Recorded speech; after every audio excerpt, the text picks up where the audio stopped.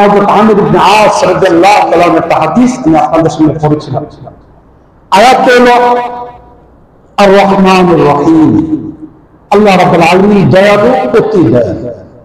দ্বিতীয় নম্বর যে হাদিসটি আমি পড়ছিলাম হযরত আমর ইবনে আস রাদিয়াল্লাহু আনহু থেকে বর্ণিত, হাদিসের তরজমা হলো আর রাহিমুনা ইয়ারহামুহুমুর রহমান, দয়াশীল যারা তারা পরস্পর একে অন্যের প্রতি দয়া করে। যাদের হৃদয়ে দয়া আছে, মায়া আছে, ভালোবাসা আছে, তারা পরস্পর একে অন্যের প্রতি দয়া করে। তুমি যদি দয়া করো আর রাহিমুনা ইয়ারহামুহুমুর রহমান, ইরহাম ফিল আরদি, জমিনের মধ্যে যারা আছে, পৃথিবীতে যারা আছে, পরস্পর একে অন্যের প্রতি দয়া করো। তুমি যদি অন্যের প্রতি দয়া করো ইয়ারহামুকুম মান ফিস সামাই, তাহলে যিনি আসমানে আছেন তিনি আল্লাহ, তিনি তোমাদের প্রতি দয়া করেন। তাহলে আল্লাহ রাব্বুল আলামিনের দয়া পাওয়ার মাধ্যম হলো জনগণের জন্য দয়ার আচরণ করা, ভালোবাসার আচরণ করা। 2022 আমাদের বাংলাদেশে বন্যা হয়েছিল, তখন মিডিয়ার কভারেজ প্রচুর পরিমাণে ছিল।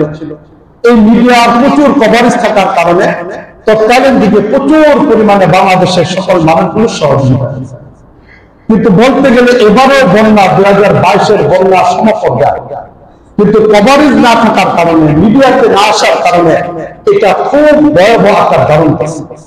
1-2 মাসের ভিতরে সিলেটে 2বার বন্যা হয়ে গেছে। এবার মানুষের খায় দাঁড়ানোর কোনো ব্যবস্থা নেই। কুড়িগ্রাম, রৌমারী এই অঞ্চলগুলো প্রচুর পরিমাণে বন্যার পানিতে খেয়ে গেছে। এবার মানুষ অনাহারে অর্ধাহারে জীবন যাপন করতেছে। নিজেদের ঘর বাড়িগুলো ভেঙে গেছে, সে ঘর বাড়িগুলোতে এখন থাকার ব্যবস্থা নেই। মানুষ আশ্রয় নিয়েছিল বেড়িবাঁধের উপরে, সেখানে এখন পানি চলে আসছে। গবাদি পশুগুলো খাদ্যের অভাবে মারা যাচ্ছে। খুব কঠিন একটা পরিস্থিতি। এই বিগত 1 সপ্তাহের পত্রিকাগুলোকে আপনি তালাশ করে দেখেন, এই পত্রিকাগুলো রিপোর্টগুলো চলে আসছে। এই জন্য এই ব্যাপারে আমাদের কিছু কাজ করা উচিত।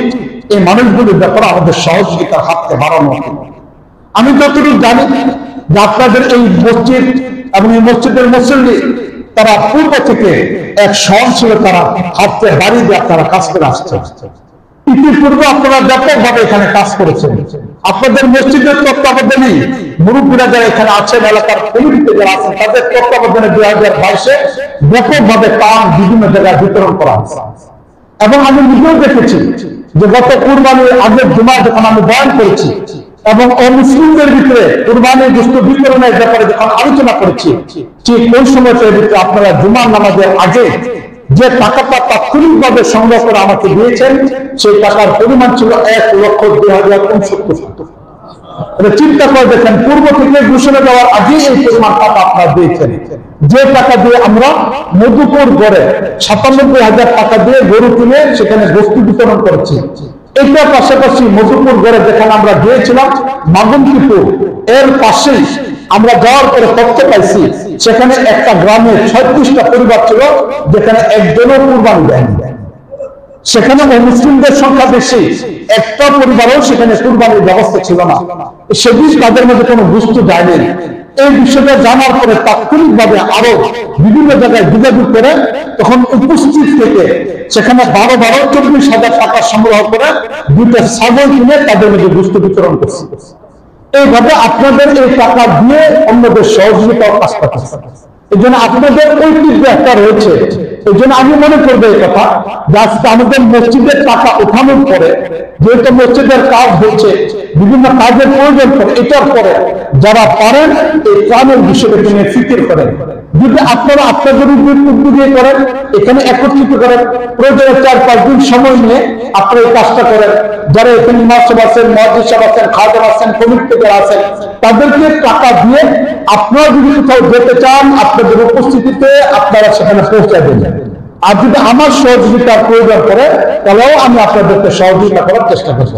আমি বিগত 3 দিন যাবত আমার সব ধরনের প্রোগ্রামগুলোকে বাদ দিয়ে, আমরা যেহেতু অর্থনৈতিকভাবে ওই ধরনের স্বাবলম্বী না, আমি ময়মনসিংহ শহরে একটা টাক নামায়া টাকের উপরে ব্যানার দিয়ে আমি নিজে সেখানে কালেকশন করছি।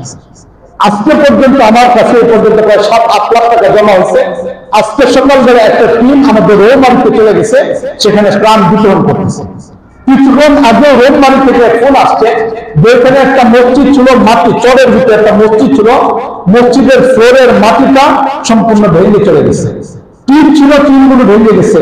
এখন নামাজ পড়ার মতো এই জায়গাটা মসজিদের জায়গাটাই পড়ে আছে, কিন্তু এখানে এখন নামাজ পড়ার কোনো ব্যবস্থা নেই। অন্তত পক্ষে মাটি বরফ করতে তারা বলবে 20-25 হাজার টাকার প্রয়োজন।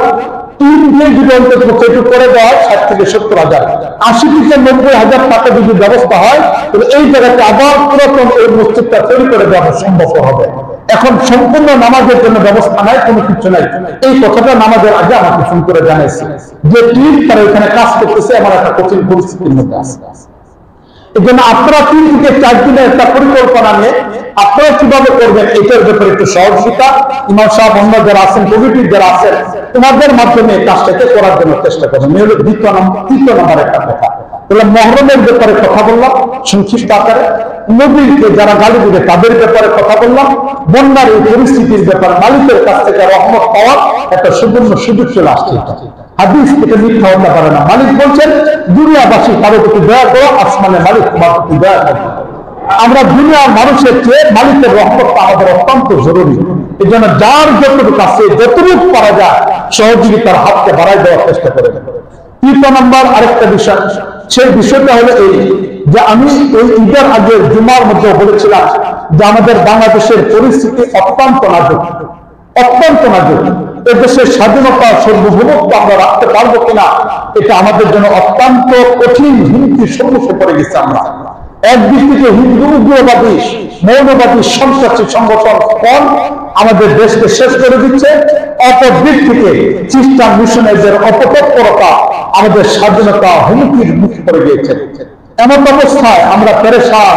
আমরা এখন একটাই মাত্র পথ দেখতেছি। বিশেষ করে আমি ওই শুক্রবারের বয়ানে বলেছিলাম, মাননীয় প্রধানমন্ত্রীর মুখ থেকে এই কথাটা বের হয়েছে যে এখন আমরা আমাদের পার্বত্য জেলার রাঙ্গামাটি, খাগড়াছড়ি, বান্দরবনকে রাখতে পারবো কিনা, এটা নিয়ে তিনি চিন্তার মধ্যে পড়ে গেছেন। আমরা এখন আমাদের সব কার্যক্রমগুলিকে এই 3টা জেলার ও মুসলিম যারা আছে আমরা তাদের ব্যাপারে কাজের জন্য ক্ষেত্র তৈরি করতেছি। আমরা এখন একটা মিশন বানাইছি। আমরা অন্য জায়গায় বাংলাদেশে যেখানে কাজ করতাম সব কাজগুলিকে ঘুটে এখন আমাদের কাছে যেহেতু অস্ত্র নেই, দেশের আইনকে মেনে আমাদের চলতে হয়, সরাসরি যুদ্ধ করার কোনো পরিবেশ আমাদের কাছে নেই, সবগুলোকে বাদ দিয়ে এখন আমরা একটা পদক্ষেপকে মনে করতেছি, যদি উপজাতিদেরকে কোনো না কোনো ভাবে যদি আমরা মুসলমান বানাইতে পারি, তাহলে ইসলামের পক্ষে যদি তারা চলে আসে দেশের স্বাধীনতাটা রক্ষা করা সম্ভব হবে। এছাড়া যারা পরিকল্পনা নিচ্ছে, পরিকল্পনার মোকাবেলা করা আমাদের কাছে বিকল্প কোনো পথ নেই। একটাই মাত্র পথ, উপজাতিদেরকে ব্যাপকভাবে মুসলমান বানানো। এই বিষয়কে সামনে রেখে সেখানে আমরা সব কাজগুলিকে করতেছি। সেই কাজগুলিতে করতে গেলেও প্রচুর অর্থের প্রয়োজন। একটা মানুষ যখন মুসলমান হয়, মুসলমান হওয়ার পরে এরপরে তাকে কিছু ব্যবস্থা করতে হয়। খতনা করতে গেলেও 2000 টাকার প্রয়োজন পড়ে, এফিডেভিটটা করতে গেলেও 2000 টাকার প্রয়োজন পড়ে। এই ধরনের অনেকগুলো কাজ আমাদের প্রয়োজন পড়ে। এর পাশাপাশি সেখান থেকে একটা মুসলিম বাচ্চাকে নিয়ে আসা, কোথাও যদি লেখাপড়া করার সুযোগ দেওয়া হয় সেখানে তার খাবারের প্রয়োজন পড়ে। আমরা এরকম বান্দরবন, রাঙ্গামাটি, খাগড়াছড়ি থেকে আমাদের তত্ত্বাবধানে 100 ভিতরে ছেলে এবং মেয়ে আছে। এদেরকে আমরা ওই জায়গা থেকে পেনশন করে বের করে নিয়ে আসা, এরপর আমরা ঢাকাতে বিভিন্ন মাদ্রাসা, আমাদের বিভিন্ন জায়গাগুলিতে আমরা তাদেরকে রাখি, রেখে তাদেরকে আলেম বানানোর জন্য চেষ্টা করি। কারণ আমরা সব জায়গায় যেতেও পারি না, সেখানে আমাদেরকে দেওয়ার সুযোগ দেওয়া হয় না। এদেরকে যদি কমপক্ষে প্রাথমিক পর্যায়ে এলেমটুক শিক্ষা দিয়ে দায় হিসেবে তাদেরকে এখানে লাগাইতে পারি, তাহলে হয়তো আমাদের কাজটা সম্ভব হবে।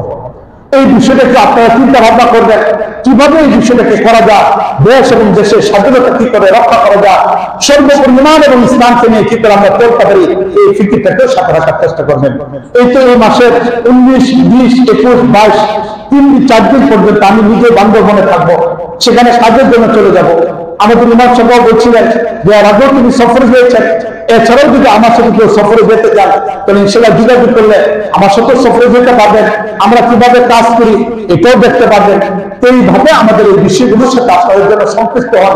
আল্লাহ রাব্বুল আলামিন আমাদের সবাইকে তৌফিক দান করুন। যেহেতু আজকে কোনো পয়েন্ট না, মাত্র 4টা পয়েন্টের উপরে সংক্ষিপ্ত আলোচনা করলাম, আল্লাহ রাব্বুল আলামিন এই কথাগুলোর উপর আমাদের সকলকে আমল করার তৌফিক দান করুন। দেশ এবং ইসলাম, ঈমান এবং দেশের স্বাধীনতাকে রক্ষা করে যেন আমরা দেশের শান্তিপ্রিয়তার সাথে থাকতে পারি, আল্লাহ আমাদের সকলকে তৌফিক দান করুন। ওয়া আখিরু দাওয়ানা আলহামদুলিল্লাহ।